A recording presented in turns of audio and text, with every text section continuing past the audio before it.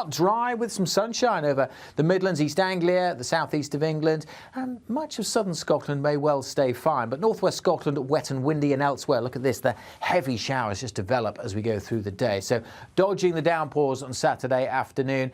There will be some sunshine between the showers and temperatures getting up into the high teens, maybe low 20s across the southeast. So generally cool for the time of year. A cool start to Sunday. Again, many will start dry, fine with some sunshine, but again, the shower clouds will develop through the day. Perhaps not as many as on Saturday, and parts of Wales may well have a dry afternoon before more cloud and rain comes into the northwest later on. And again, for most places, on the cool side. Goodbye. A brighter outlook with Boxed Solar. Proud sponsors of weather on GB News. Every Sunday from 11, join Michael Portillo. There'll be topical discussion, looking at the week before and the week to come. So kick back and relax at 11 a.m. on Sundays on GB News with me, Michael Portillo. GB News, the People's Channel. What you get for breakfast is something that, if we do our jobs right, you will wake up to news that you didn't know the night before. It's a conversation. It's not just me and Eamon. We want to get to know you, and we want you to get to know us. From 6, it's Breakfast with Eamon and Isabel. Monday to Thursdays on GB News, Britain's news channel. Westminster is going around in ever-decreasing circles, followed by the media. Britain is broken. How on earth did we get into this mess? But more importantly, how do we get out of it? Join me at 7 p.m, Monday to Thursdays on Farage, here on GB News. We will have open, rational debate. We've got to work out how Britain moves forward from this. Join us here on GB News, the People's Channel. Britain is watching. When the news happens, it happens here. And really important breaking news. breaking news this morning. On TV, radio and online, the news starts here on Britain's Newsroom. All the biggest stories and the answers that you need from across the UK and beyond. Join Britain's Newsroom from 9:30 on GB News. The People's Channel, Britain's news channel. Join me, Patrick Christie's, Monday to Friday, 3 till 6. We tackle the day's news agenda like you've never seen before. It's high tempo, high octane, the most controversial topics and the best guests. You will not be able to take your eyes and ears off it. I'm not afraid to ask the questions that you really want answered. 3 till 6 p.m, Monday to Friday on GB News, the People's Channel, Britain's news channel. People in Britain, they love free speech, but they also love fair play. I don't care if I'm speaking somebody from a trade union, from the Labour Party, somebody from the SNP. And I think the viewers like to see that actually we can challenge one another, but in a positive way. We think we ask the questions that people want to ask, and often we ask the questions that we wanted to ask in Parliament but never got the chance to ask. So join us every Saturday, 10 a.m. till noon on GB News, Britain's news channel. It's all about family, being in people's living rooms, all the interaction and getting to know who our viewers and listeners are. When I was young, my dad used to say, no, stop arguing. I wanted an outlet that would enable me to give my opinion. People are going through a really hard time right now, and I know that you don't feel like you're being listened to by the establishment. I came to GB News because it's the People's Channel, and I want the audience to have their say on the events of the day. We're dynamic. We do something different. Democracy shows that the wisdom of the nation is in its people. I get to travel to find out what the story is from a personal perspective. The British people aren't fools. We know when we're not being told the full story. We've got to work out how Britain moves forward from this. It's the best country in the world. The establishment had their chance. Now we're here to represent your views. Britain's watching. Britain's watching. Britain's watching. We're proud to be GB News, The People's Channel, Britain's news channel.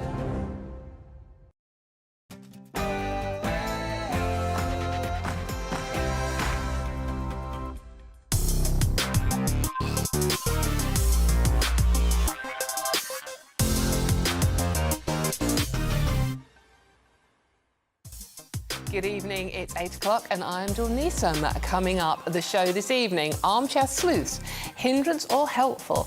After the disappearance of Nicola Bulley, the village where she was last seen was inundated with armchair detectives, convinced they could do the job of the police.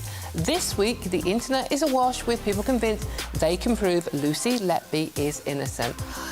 I'm asking what drives these people to get so involved with cases like this. Don't want to miss this. Then the Trump mugshot finally landed.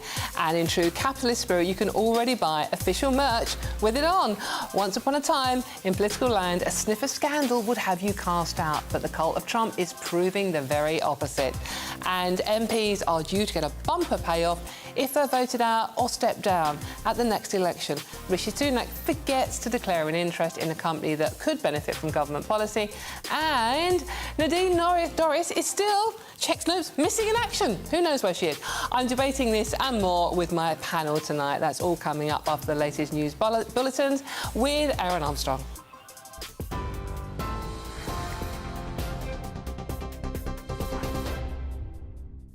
Very good evening to you. Let's get you up to date with the headlines from the GB newsroom.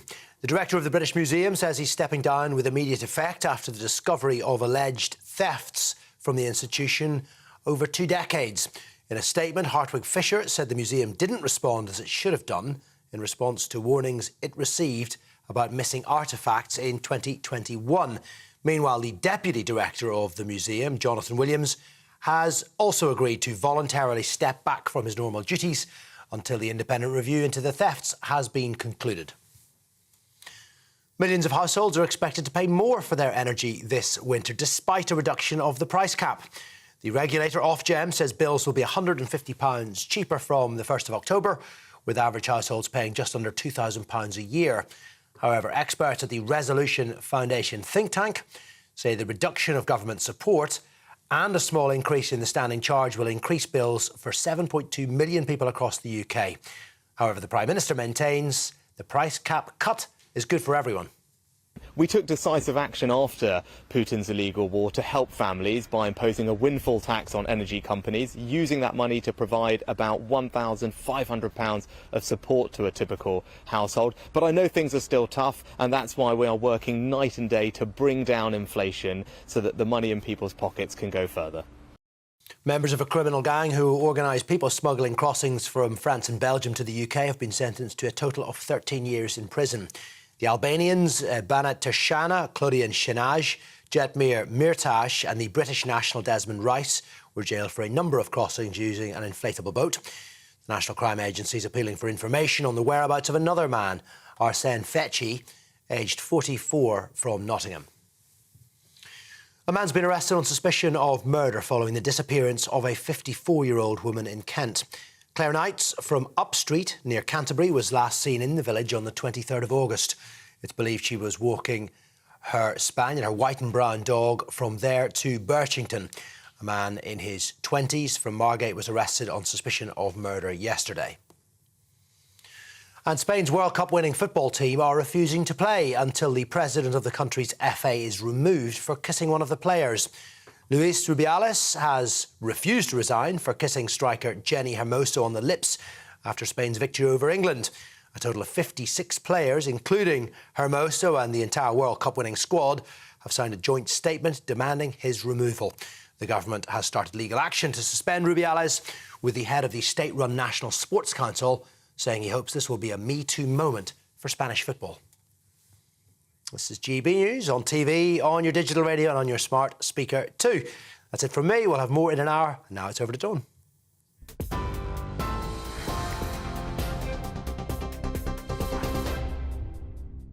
Thank you, Aaron. I'm Dawn Neeson, and you are watching and listening to GB News this Friday night.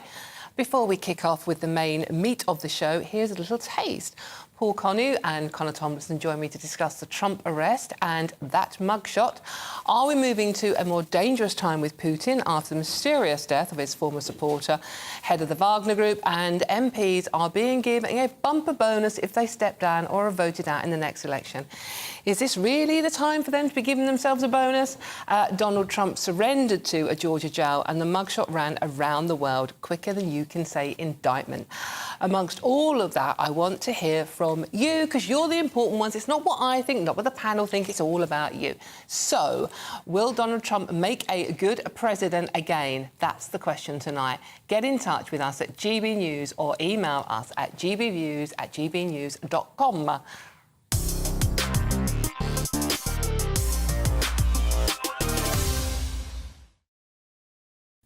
Now, this is a story that I'm very curious about. From missing flight MH370 to the Zodiac killer, sleuthing is the new, but it may well be incredibly damaging to an active case or to the families of those involved.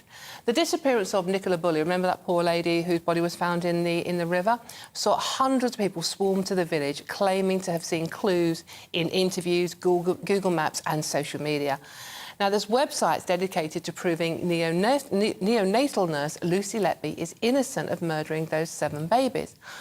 Why do people put themselves into cases like this? What drives them to believe only they can see something that an entire police force have missed without any evidence to back it up, and certainly nothing like the boxes of evidence the courts and the lawyers have had to go through every day? It's a fascinating thing, and online there are loads of them. So joining me now to actually drill down into this story is behavioural psychologist Jo Hemmings. Jo, there you are. Thank you for joining me on a Friday night. Now, Jo, this is all over the social media. This is people trying to solve the Lucy Letby case and convince that she is innocent, and all these conspiracy theories are out there. The reason of the hashtag Lucy Letby is innocent, it is quite appalling. So the big question is, what drives these people to do it, Jo? Okay, hi, Dawn. So, look, as you say, conspiracy theories, they've been around forever since man landing on the moon. They didn't. Elvis is still alive. Climate change isn't happening. COVID. Donald Trump, at the moment, kind of doing it himself. So they're for people who are either anxious or they don't trust the world. They can't process a certain amount of information. So the way they handle it is to put out an alternative scenario where they think they've got some control. Add that to the mix of so much true crime documentary out there at the moment. I mean, a lot of those true crime docs are there to say, hey, this is what they said in 1984, but new evidence has come to light and now we're proving, and you're watching that, this didn't really happen, for whatever reason. So I think you put those two things together and people will literally jump on a bandwagon of anything they cannot interpret. They can't understand. Look, the case of Lucy Letby is massively distressing. People try and understand what it is that drove her to do it. She doesn't fit any particular pattern. So people then come up with something they feel makes them more secure, but in the wake of that is the awful, trauma they're causing grieving families by doing it. So are they? Yeah, I mean that's the problem with this. I mean, the families of those poor 7 babies and the attempted murders on babies as well. This is on the internet. They are seeing this as well. So what effect must it be having on them to see all these conspiracy theories and all these speculation and, even the fact that, well, she didn't do it. And I can't get my head around it. It's such an appalling crime, Jo, that for the people to be putting this stuff out there, it's just horrifying. Well, I hope that there's some sort of, police liaison that are warning the parents, that have warned them that this may happen, because unfortunately it happens in every major case like this. So I would hope that someone says to them, look, it's going to be there. I know it's horrific. Please ignore it. Please step away from it. Don't look at it, because it will happen. And it is massively distressing for those parents. But I think the people that put these theories out there, these sleuths, which is far too kind of word for what they're doing, they kind of find some sort of comfort in the way they present themselves and from what they're saying. They disassociate themselves. They wouldn't be thinking for 1 minute, like a lot of trolls, for example, they're hurting victims. They simply disassociate themselves. They disenfranchise people very often that don't trust society. And you add that layer upon layer and they pile in with these theories that are, they're appalling, as you say. So there's something lacking in them. They're not doing it for the good of society to generally try and solve a crime. There is something they need to do for them. They might be seeking attention for themselves. They might feel they may be a bit lonely, or they just, don't have many people close to them. So they're getting a bit of traction. Look, we're talking about it now. The papers reported on it. So actually what they're getting is that attention seeking that they want. And it doesn't really matter what they say or who they're saying it about. And it's like a troll, but plus, plus, plus. And it's the same sort of mindset that doesn't set out to hurt somebody, but sets out to have the spotlight on themselves. And they'll probably be doing this for every kind of similar case that arises. Yeah, and unfortunately with the internet, there's nothing we can do about it. It's sort of like pretty much the Wild West out there. They're just gonna go on with it. Joe, there is one other question I need to ask you. Brace yourself. Brace yourself. Okay. I want you to psychoanalyse for me the mugshot of Donald Trump. Oh, wow. Okay, I mean, well, it's now over merchandise, apparently, so it's been very quickly picked up. I mean, look, it's a very posed stage look. He's supposed to look menacing. He's supposed to look threatening. He's supposed to look like, I can do this. And look, it's like as if, I don't know how many they took to get that shot. I can't believe it's a one-off mugshot. It looks very staged. It was taken by a prison photographer. I'm sure he didn't have lights and camera and action. Well, I hope not. There's something glinting off his hair. I mean, he just looks like he's trying to be in control and menacing, but comes over looking a bit sad, really. But that'll be my quick interpretation. I've never seen a mugshot like it. He's not even looking full on, really. Well, I thought, Joe, I mean, I know you're not a criminal expert, but I thought, Joe, that the point of a mugshot was like a passport picture where you know, expressionless, there was no smiling, no frowning or anything. And you know, he's tried to make himself look... yeah, well, there's two camps, isn't there? If you support Donald Trump, he looks sort of like, you know, don't mess with me, I'm going to get victory, I'm going to fight back on this one. Or, you know, the other side are saying that he looks sort of like slightly insane. But this is Donald Trump, isn't it? He actually always doesn't sit back, he's always fighting. And to be fair, that's, I guess, quite an admirable quality. Well, it's about control. I'm a sense, if you could picture the scenario that he said, no, I'm not having the standard mugshot. You wait till I'm ready and I'm going to frown and look slightly off-centre camera, then you take the picture. And that will say everything about him that he wants to say. Nobody messes with me, not even when my mugshot's being taken at a police station. I'm still, running this show. That's what it says to me. I mean, I have no idea if that's right, but that's what it looks like. Well, it has boosted his popularity, and evidently sales of T-shirts and mugs are already flying off the shelves. So that's what Donald Trump does. Oh, Joe, I think you're frozen as well there. Oh, my God, we've exhausted her on a Friday night. I'm back to I froze. I'm back now. Joe, thank you very much for joining us tonight. That is Joe Hemmings, our psychologist, talking about the hideous Lucy Letby case and Trump's mugshot. Right, OK, you are watching and listening to GB News. Still to come, more of that mugshot, apologies from Putin, and ongoing MPs get a bumper bonus next year. That can't be right, can it? Don't miss it. The temperature's rising. Boxed Solar, proud sponsors of weather on GB News.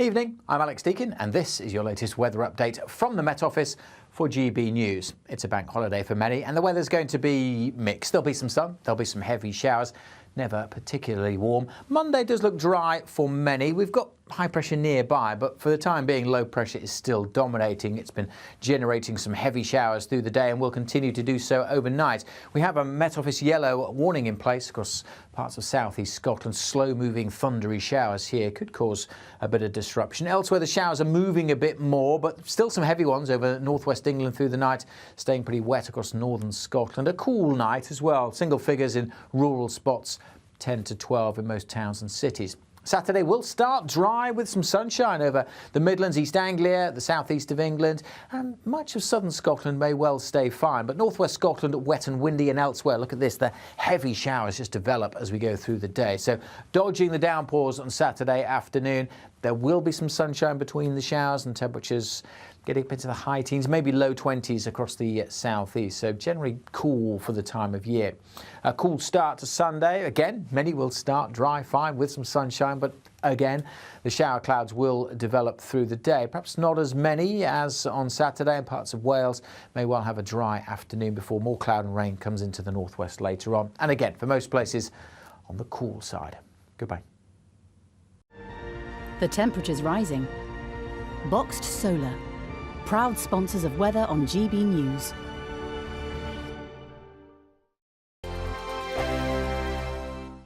What you get for breakfast is something that, if we do our jobs right, you will wake up to news that you didn't know the night before. It's a conversation. It's not just me and Eamon. We want to get to know you, and we want you to get to know us. From 6, it's Breakfast with Eamon and Isabel. Monday to Thursdays on GB News, Britain's news channel. Westminster is going around in ever-decreasing circles, followed by the media. Britain is broken. How on earth did we get into this mess? But more importantly, how do we get out of it?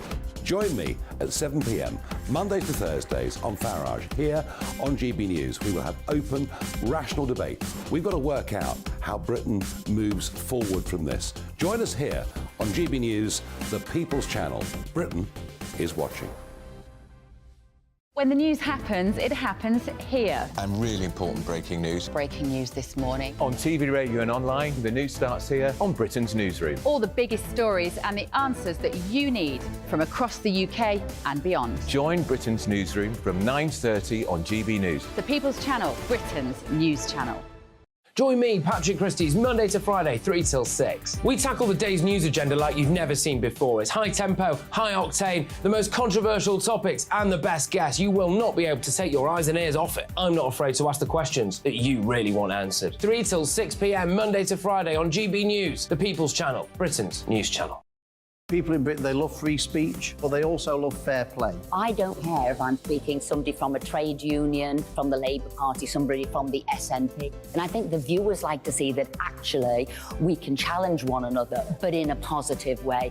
We think we ask the questions that people want to ask, and often we ask the questions that we wanted to ask in Parliament but never got the chance to ask. So join us every Saturday, 10 a.m. till noon on GB News, Britain's news channel.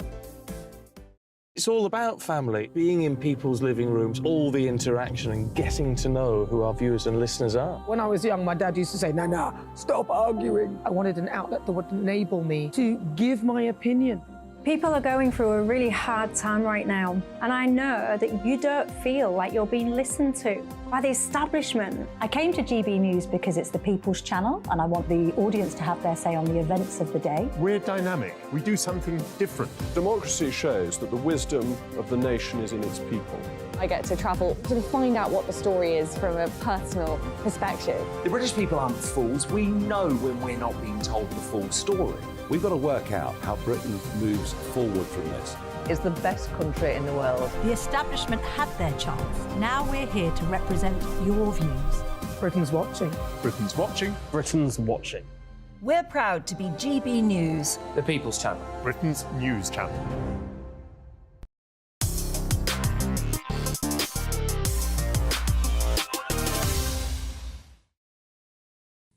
Welcome back. Happy Friday night. You are watching and listening to GB News with me, Dawn Neeson. Now, joining me now are writers and political commentators, Paul Connew and Conor Tomlinson. Welcome, gentlemen. Thank you for spending your Friday night with me. Really appreciate it.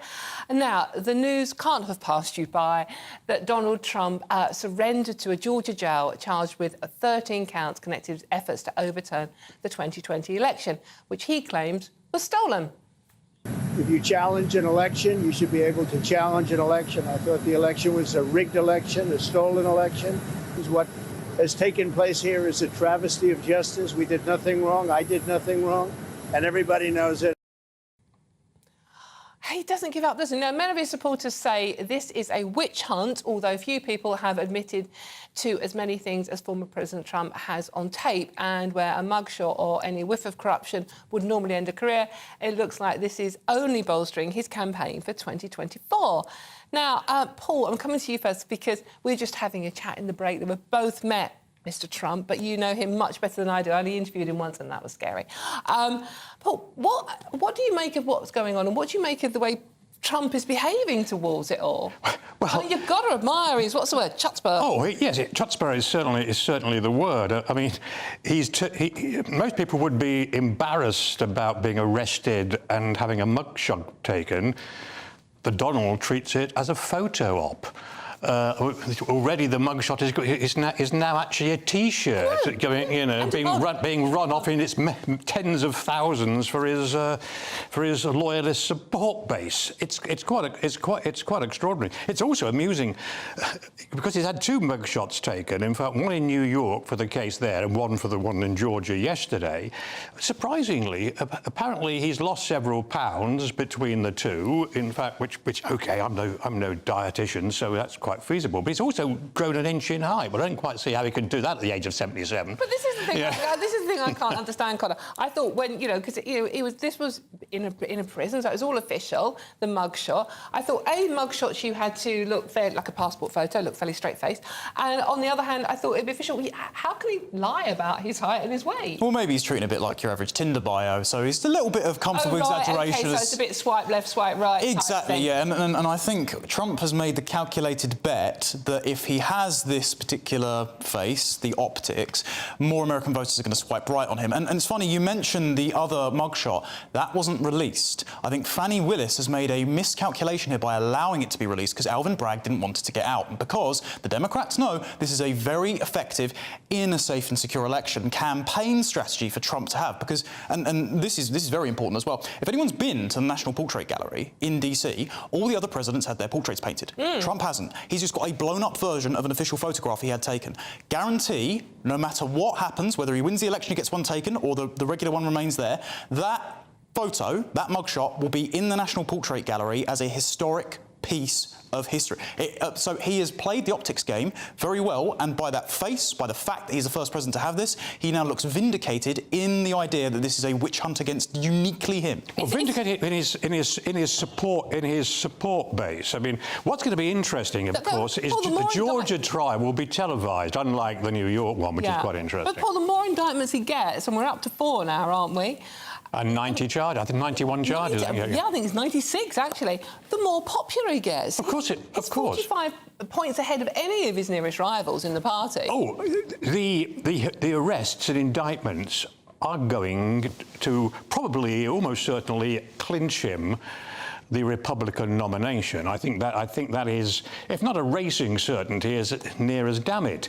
But it may well turn off college-educated Republicans who will either not vote for him, even if they don't vote for the Democrats, they will actually stay at home. The soccer mums, for example, are not going to be exactly, or the majority of them won't be cheering for Trump. So I hope it will cost him the election, even though it'll almost certainly clinch him the GOP nomination. I think one thing you aren't counting there is the fact that a recent poll that was republished by The Hill found that 12th grade boys are skewing very conservative. They aren't showing up in the polls yet because they're just about to leave high school and become eligible voting ages. Oh, wow, so youngsters are... Yes, wow. Young boys are skewing conservative. One, because schools are flooded with woke stuff and it's just not even remotely cool, but 2, and this is something that the soccer mums might be pushed back over towards Trump's camp, because remember, he did win white women back in 2016 in sizable numbers. Bidenomics sucks. It's dreadful. They've got historic inflation and lots of things. When the Americans go to the gas pump and they're paying prices similar to the UK, when they were paying about $3-4 a gallon under Trump, they're going to be thinking, well, what do I care more about? Mean tweets or the fact that I can fill up my car and drive my kids to soccer practice? That is a risk. Although I wouldn't actually put money on Trump winning it, I wouldn't rule it out totally either, because American politics at the moment are in a shocking and cruel and incredibly divisive state. It's also fascinating that I think with Trump, he is convinced. You can say he's a cynical liar, and he certainly is, but I think he's also convinced himself that he was robbed of the election, despite all the evidence to the contrary, despite every legal ruling has gone against him. Well, hang on, the tail of that tape. One at a time, boys. One at a time. Sorry. The tail of that tape, in Georgia speaks volumes. But America is divided, and you've got this extraordinary spectacle looming of a conceited former president with contempt for the law, and and a man who almost believes he should be a demagogue against a member of the gerontocracy who could easily fall over on the campaign trail or the debate. So it is an incredibly volatile situation. When this goes to trial, it's going to be a show trial. I mean, just for him appearing for this indictment, they closed the airspace down around it because of a VIP event. Yeah. Which is astonishing. I mean, even the people that are against him, the authorities are against him. So, I mean, do you actually think, Connor, that he actually believes he's invincible? That he did, I think, infamously once say he could stand in the middle of Times Square in New York and shoot people and still Fifth Avenue and still vote for him? Well, I think people know from the art of the deal that he likes to make the big ask, he likes to oversell it a little bit, and then some people, by virtue of his charisma, believe him. I think the majority of the American public that watch this will go, well, hang on a minute,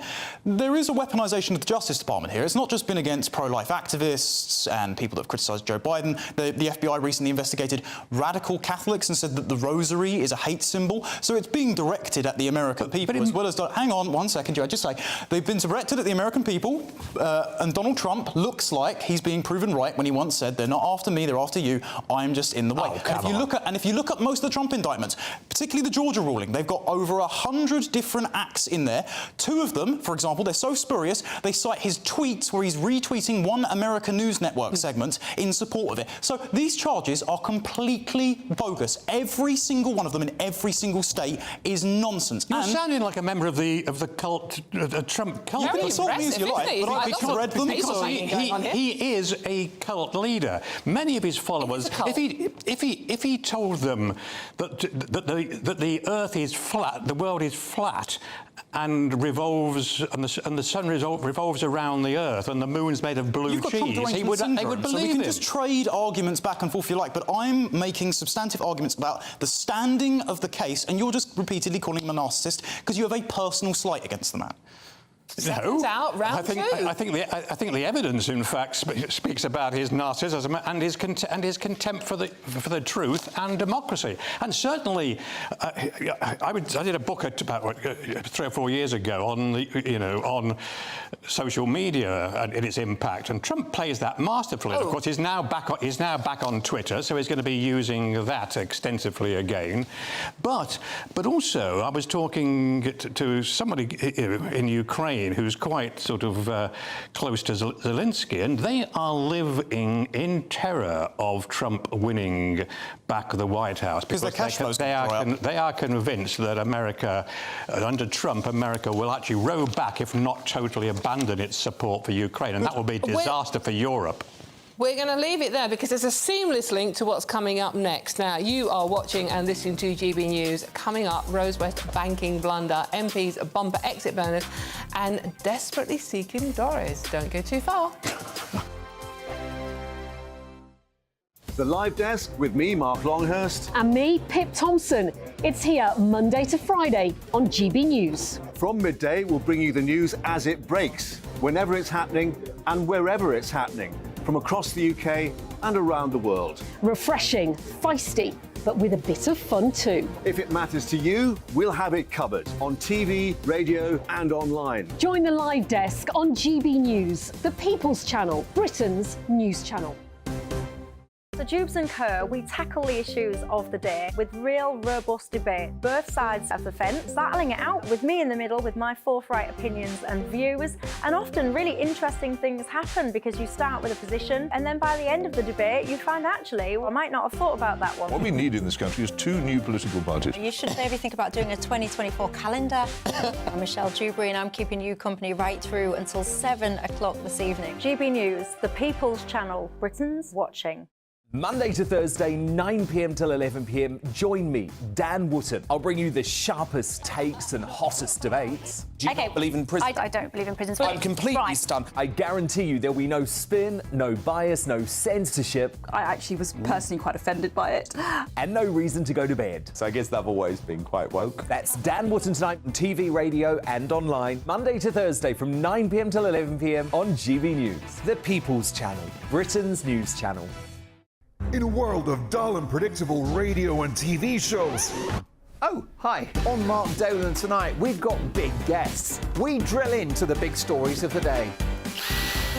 The show adds up to a brilliant listening and viewing experience. Mark Dolan Tonight is the most entertaining current affairs show ever, and that's a fact. That's Mark Dolan Tonight, Friday, Saturday and Sunday from 9. Only on GB News, Britain's news channel.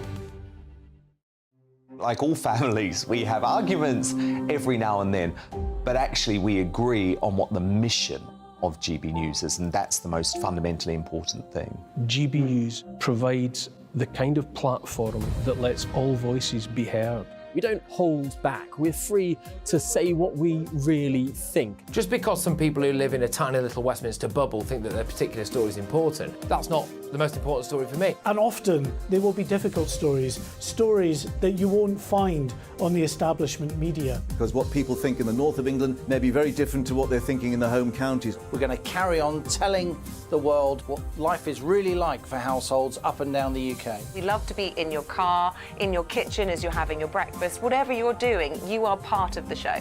If it matters to you, it matters to us. Britain's watching. Britain's watching. Britain's watching. We're proud to be GB News, The People's Channel. Britain's news channel.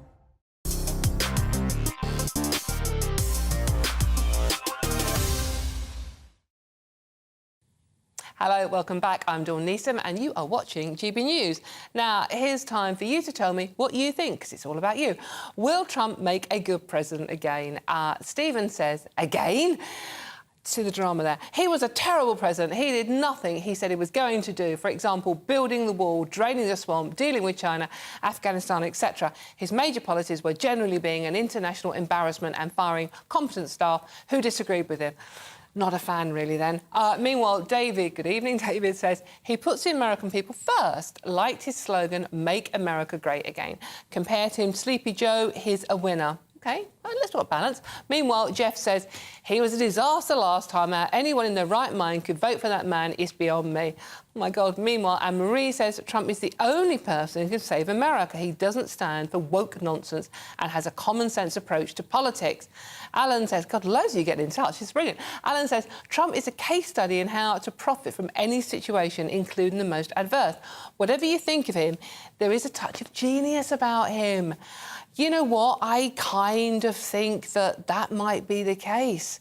Right, OK, you are watching and listening to GB News with me, Dawn News. You know that, because I'm here. Now, still in the studio is writer and political commentators Paul Connew and Connor Tomlinson. Well, a nice balance from the readers. I'm just going to... Readers? Viewers and listeners. Viewers and listeners. I'm a newspaper person. Viewers and listeners. Just a quick response to what the viewers are saying and listeners are saying. I think Trump is positioning himself as a sort of Caesar figure in America, and that's why I think his vengefulness, not his policy platform, is actually his best asset. That mugshot was almost like a Spartacus moment, wasn't it? Of course it was. It was all pre-planned, opportunistic. Whether it will help clinch him that nomination for the Republicans. Will it clinch him the White House? Hopefully not. Hopefully. It was quite smouldering, and at the end of the show I'm going to ask you both to try and do a smouldering Trump-like pose, so brace yourself. Right, well, from political posturing and conspiracy, very brief history of what's happened formally. A loyal Putin supporter started a small coup against Russian leader a few weeks ago. That fizzles out, and to no one's surprise, the leader of the Wagner Group has died in mysterious circumstances. I have to say that if Putin isn't lying and didn't have anything to do with it, Prigozhin's death then is the unluckiest man in the world, because this isn't the first time, is it? Someone stood against Putin and perished unexpectedly. I mean, you know, the lesson is don't go near windows, don't drink tea, don't get near umbrellas, don't use perfume, just don't upset him, basically. Right, OK, you are watching and listening to... Oh, right, OK, yeah, I said GB News, still here, talking to the panel next about Putin. Right, who wants to go first? Let's come to you first on Putin. I mean... You knew this was going to happen, didn't you? This is not a surprise. And the front page of the Mail today and a lot of other papers have got Putin going, yeah, well, you know, basically, Prigozhin was a nice guy but had made a few mistakes. Well, yeah, lots of the papers are obviously outraged about the fact that this happened, but then to understand his psychology is not to condone it. Like I just said about Trump, him being a Caesar figure, well, Putin sees himself in very much the same way. Trump and Putin, same thing. Not the same thing, but the same character of great men. Great does not necessarily mean good, but it does mean of epochal prominence. Okay. Right? And so the idea is that if you're going to go against Putin, if you're going to take a shot at the king, you better not miss. And this guy decided to go, well, you know what, I'll speak to the Belarusians and let's settle it peacefully, like men. And then got on a plane where maybe a bomb was lurking. He probably should have expected Putin would have wanted to bump off his biggest rival. But did he? Did he get on that plane and has he bumped off? We've already been talking about conspiracy theories on the show today. Paul, I mean, there was rumours of another plane zigzagging over that one. Several people have changed their name, haven't they, to Prigozhin. So. And he's died before and come back in 2019, remember? This is the week when Trump and Putin are starring in a movie called You Couldn't Make It Up. I mean, it is... Makes politics quite interesting. Well, interesting. I mean, the old saying about sort of revenge is a dish best served cold, well, that's Putin's style. And the date was significant. Two months to the day since that march on Moscow. And... some analysts are suggesting that, in fact, the reason there was Prigozhin and all his high command all on the same plane, something the royal family would never do, of course, you know, or a US president and vice president, was because they'd been lulled into a false sense of security. Apparently, he thought that he was back in favour with Putin. In fact, that was a fatal mistake. I mean, OK, we can't be 100% certain that he is dead, but I would put it on 99.99% certain. And then the Kremlin have denied anything to do with it. Well, of course they would, and of course there are conspiracy theorists already, wound up by the Kremlin machine, saying, in fact, you know, that it was Ukraine behind it all. Well, there's no way Ukraine could have pulled that one off. The thing is, we don't know, do we? I mean, but, you know, Connor, does this actually prove that Putin is being increasingly irrational and confused? Or does he believe that he can just, a bit like Trump, you made the comparison, just believe he's invincible, he can get away with whatever he wants to do? I think it's perfectly rational for Putin to do this. Doesn't mean it's good, but it makes it rational to take out a very well-armed leading rival for the position of president. So I don't think he's going mad. And also, and this is something that I'm sure we're going to disagree on, no matter what happens with the resolution of the Ukraine war, Putin has, to a large extent, won, because he's already consolidated his economic and resource procurement power with BRICS, China, Russia, the like. The parallel alliance that as soon as the UK, the US and the like decide to decommission fossil fuels, well, they're going to be running to them for all of the energy resources they need, so they're going to be making a lot of money, no matter how much territory he can or can't gain. We might not totally disagree there, because... Steady on. Analysts are divided when you look at it between those who think that this was a sign of weakness and a bit of desperation by Putin, and those who think he has actually consolidated his position and strengthened it, because it was weakening. In fact, you know, in the long term, others think he's boosted it only in the short term, and it's going to be an unfolding drama. But again, played out with the American election looming, because in fact, even as the Ukraine war broke out, Trump actually expressed his admiration for Putin, which is backtracked up from a little bit, but only a little bit. And of course, we've had the absurd statements from Trump saying that, in fact, if he was in the White House, the Ukraine war would have been settled in 24 hours. Come off it. Admiration how? What did he actually say?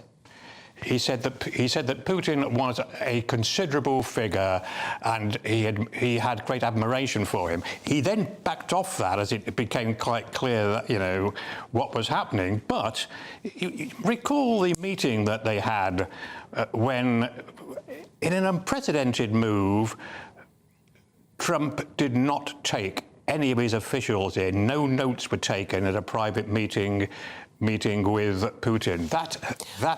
Putin confirmed Trump had threatened to nuke Moscow if he moved anywhere else. So Putin clearly was saying, well, I have reverence for Trump. It doesn't mean that they agree on very much, but they were staring each other down as men who are capable of comparable threat levels. Come on, the propaganda machine, which Putin, you know, this is the thing, we don't know. We can't believe overseas, anything. Certainly meddled or tried to meddle in the What, a couple first Trump presidency campaign, and I'm sure they will be doing it again because they would far sooner No, they wouldn't. The Kremlin and Putin would far sooner have Trump in the White House than Biden. The mayor Biden. of Moscow's wife. So if Biden family is financially compromised, you can't just turn around and say, oh, because some Russians completely unconnected to the Trump campaign ran a bunch of Facebook accounts with a few memes that it flipped the election, when the son of the sitting president is compromised by the Russian I didn't say they flipped government. the election. I said they tried to flip the election, which is a different thing. OK, well, it doesn't mean that they necessarily would prefer Trump in power than the current hegemon, which are compromised financially compared to Trump, who is independently wealthy and who threatened to nuke them if they stepped over the line. So do you think, Connor, that if Trump had still been president, maybe Putin wouldn't have invaded the Ukraine? I don't think he would have chanced it, no. I mean, he invaded under Obama, he has since invaded under Biden. Trump, also, particularly going back to the energy point, Trump made America an energy-independent nation and a net exporter of fossil fuels, challenging Russia's oil and gas hegemon for the first time since Richard Nixon set the target. Biden systematically has demolished American energy independence. So he's weakened America on the global stage with his Afghanistan policy and his energy policy. What do you think that Biden is investing in future technology in a way that Trump would never have done? Because Trump is a neo-climate change denier, if not a total climate But he change brought denier. emissions down, so it doesn't matter about what he says, it matters about his policies. And it is true they are in a better state than we are with the energy and the economy. Well, of course they are. But what do you think to that, Paul? That if Trump had still been president or was president, that that Putin might have thought twice about invading Ukraine? That's impossible to say. But Putin had Putin's sane or not totally sane, was obsessed with the idea of restoring the Russian Empire, not just the old Soviet Union, but the Tsarist expanse of Russia. And I don't think he's lost that, in fact. And apparently he was reading, and it's quite well sourced, he was reading extensively Russian history, particularly about the Tsars and Peter the Great, throughout his personal lockdown when he was nowhere near the Kremlin during the pandemic.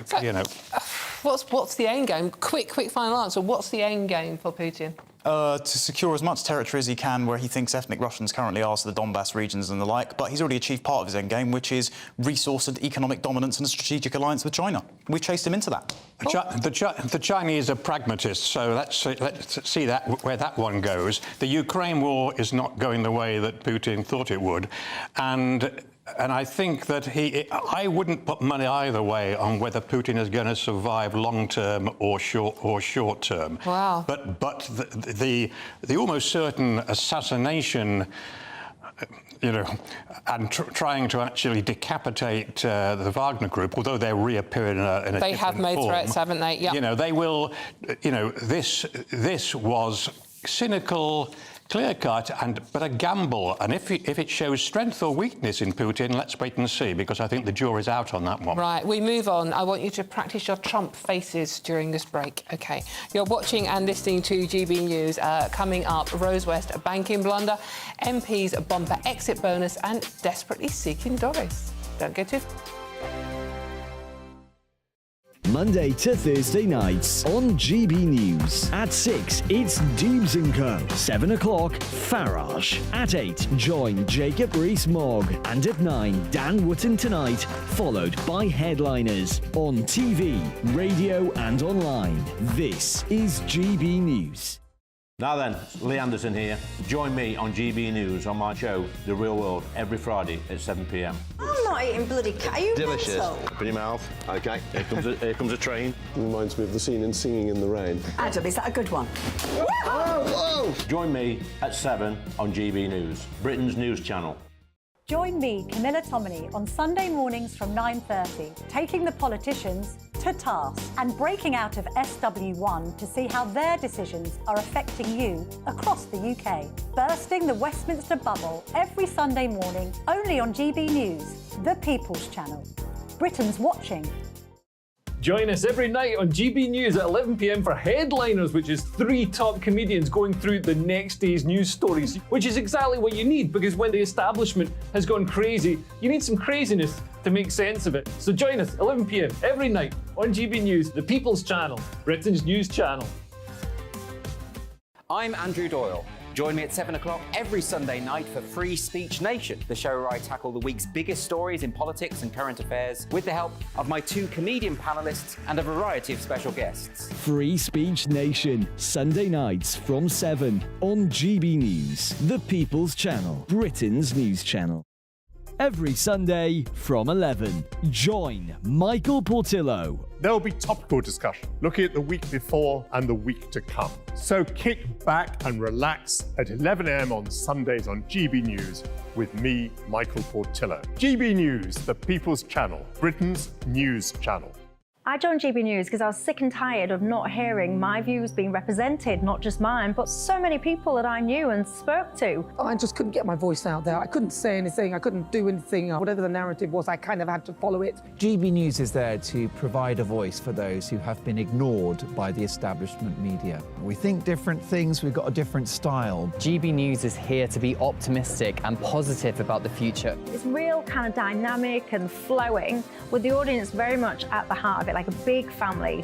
Here at GB News, we talk about the things that matter to you. Hearing the voices from right across our towns and cities, especially our towns. All sides of the argument represented with a heavy dose of opinion. We're on a mission here to make a difference. And the GB News family really is here for you, and whatever time of day you can watch or listen. Britain's watching. Britain's watching. We're proud to be GB News, the People's Channel, Britain's news channel.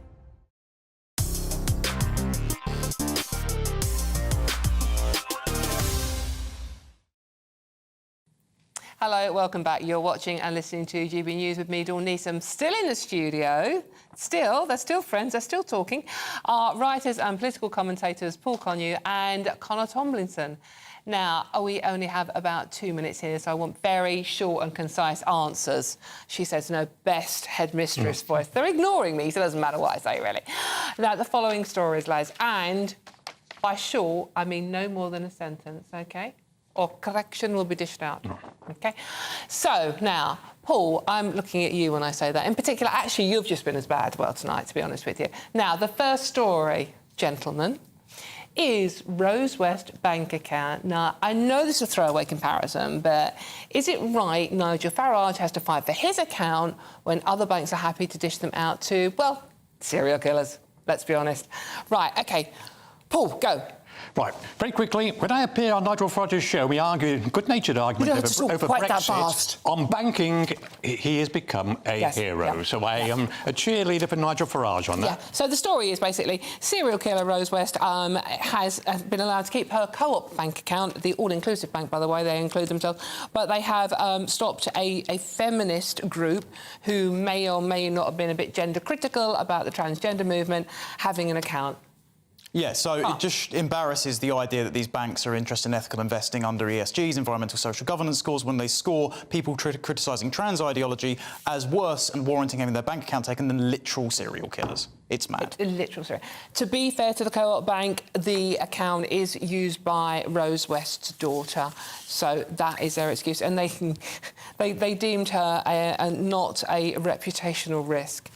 Huh? Yes, any case. Right, OK. Now, next story. MPs are to get a bumper bonus to their severance pay next year. This was announced by the Independent Parliamentary Standards Authority and nothing to do with the MPs themselves. But with everything else happening, should they read the room and actually, you know, be a bit like, we're all suffering, why shouldn't they? OK, we're going to come to you first. Connor? They also gave themselves a pay rise during the pandemic, which is a bit of a spit in the eye for all the people that they locked down and then caused massive inflation to then rob them of their earnings. I think people would be a bit more sympathetic, because this is about 4 months after they actually leave office, if they gave themselves enough money to complete their casework, if they thought they were actually doing it, because I don't think any of the MPs, maybe other than maybe 3 that I can count, backbenchers off the top of my head, are doing their jobs. And so most people are just like, no, you know what, you should actually have the threat of destitution to make sure you are doing your job. So this, to be clear, this is, if they step down just before the next election, they're not going to get it. But if they resign otherwise, they're going to get a payout. Yeah, I think... where does that happen in any other job? I was glad to hear Bob Seeley, a prominent Tory MP, on this station, actually, earlier on, condemning this and saying, especially at the time of a cost of living crisis, I have sympathy on one level only, and that is that one of the arguments is that it gives time for their staff to help find their staff other jobs, but the staff are one thing, the MPs themselves who actually chose to go into politics and take the risk of being elected or unelected, I think it's different. It's different in their case, but it's not a good look in the court of public opinion that it's doubled. Their sort of severance money has actually doubled, and of course, one of the other things about even among staff, too many MPs employ members of their own families in their offices on inflated salaries. Which brings us very neatly on to Nadine Dorries. Now, getting the boots... Well, she's one of those that said she's going to step down before the next election, hasn't she? Well, although it's said she would. With immediate effect, but that was like a month ago, wasn't it? Now, it's a bit difficult to tell whether she's actually stepped down or not because nobody knows where she is. Any thoughts? I'm not the biggest fan of Nadine Dorries after it came out that she, while as Minister for Culture and Sport, was also spying on lockdown critics and then just feigned completely no knowledge of it, and also said that she was going to lock up Jimmy Carr for a joke with the online harms bill. So I think the sooner we're shot of her, the better, but the fact that she's still probably taking a pay packet while not serving her constituents is a major issue. Yeah. A friend of mine who happens to be one of her constituents, is quite a mischievous computer geek, is planning to actually create a game, in fact, a sort of a version of Where's Wally, which now is Where's Nadine. Anybody seen Nadine? They certainly haven't seen her in mid-Bedfordshire for quite some time. Shall we be honest? I mean, we're all working on a Friday night. It's a bank holiday weekend, by the way, so I hope you're going to have a good one. But we're all working on a Friday night. Do MPs get too much holiday as it is in any case?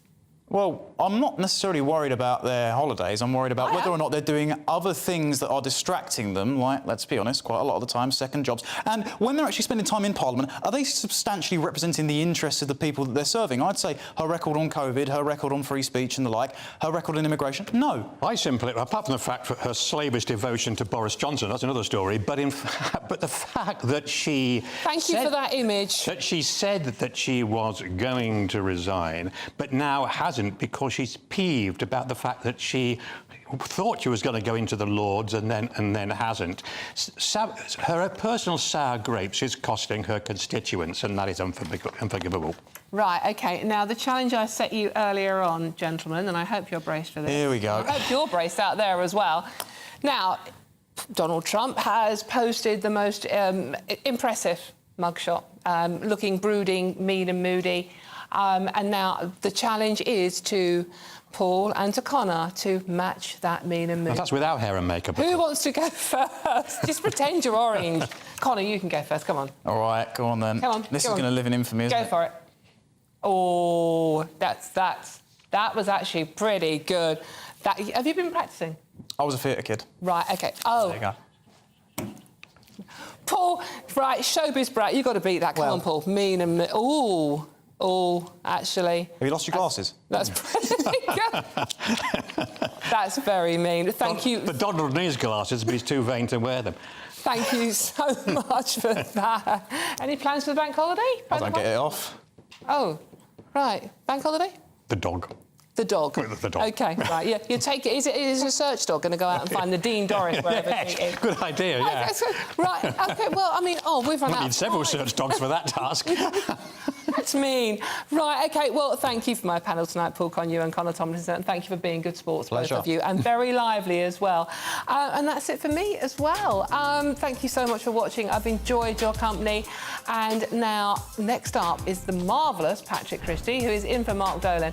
Patrick, what you got coming up tonight? Well, fantastic show, Dawn. I'll have to try to match that. I am indeed in for Mark for the next couple of hours, and it's all go. We're leading in with a GB News exclusive. Very sinister stuff, this, which is that human trafficking gangs are using videos of young, vulnerable, intoxicated British girls to send to men in North Africa to entice them to come across the Channel. Are women now being endangered by the migrant crisis? And reigniting the foreign aid debate as well. I'm going to be talking about whether or not we should continue to send any money to countries like India and China. That will be fiery. I'm also going to be talking about the royals, of course. What is the latest when it comes to the reconciliation project between William and Harry? A couple of lighter stories in there for you as well. The Spanish FA guy, those kissing of the women.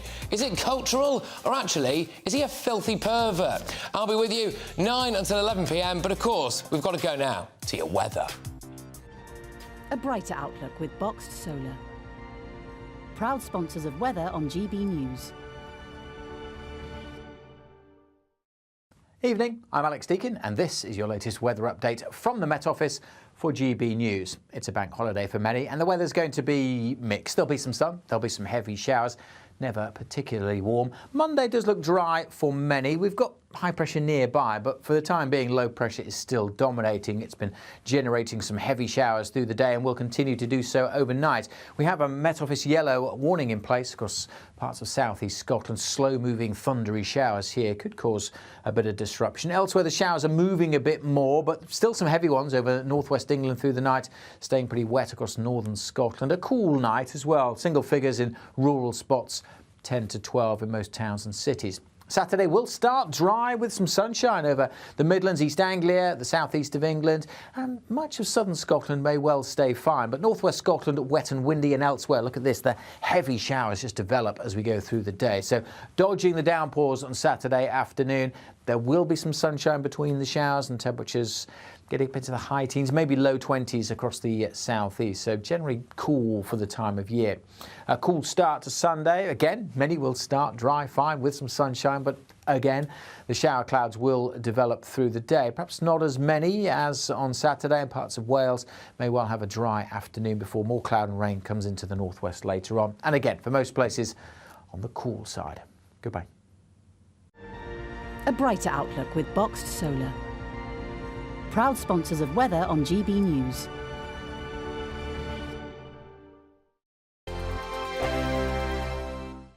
What you get for breakfast is something that, if we do our jobs right, you will wake up to news that you didn't know the night before. It's a conversation. It's not just me and Eamon. We want to get to know you, and we want you to get to know us. From 6, it's Breakfast with Eamon and Isabel. Monday to Thursdays on GB News, Britain's news channel. Westminster is going around in ever-decreasing circles, followed by the media. Britain is broken. How on earth did we get into this mess? But more importantly, how do we get out of it? Join me at 7 p.m, Monday to Thursdays on Farage, here on GB News. We will have open, rational debate. We've got to work out how Britain moves forward from this. Join us here on GB News, the People's Channel. Britain is watching. When the news happens, it happens here. And really important breaking news. Breaking news this morning. On TV, radio and